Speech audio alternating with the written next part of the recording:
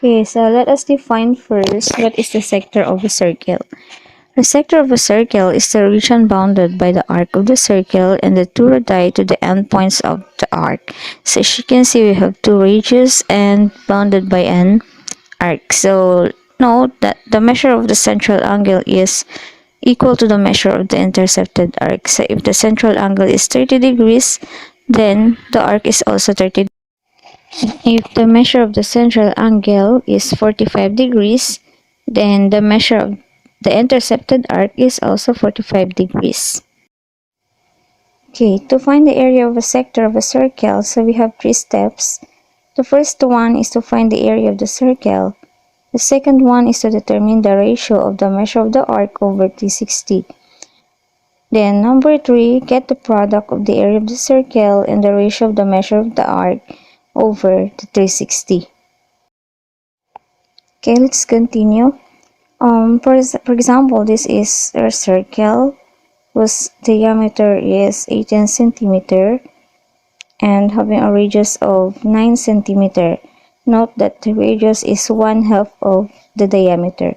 So this is a circle divided into 6 different angles. We have 30, 45, 60, 65, 70, and 90.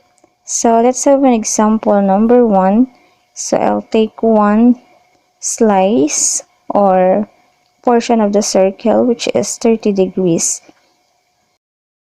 So our example is 30 degrees angle. So therefore the measure of the arc is 30 degrees.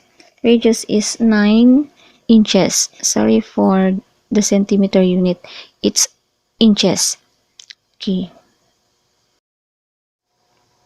Okay, let us first find the area of the circle, wherein the formula is A is equal to pi r square.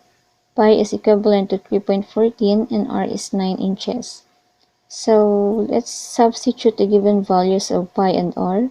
So that's why we have A is equal to 3.14 and 9 inches square. So we square 9, that is 81.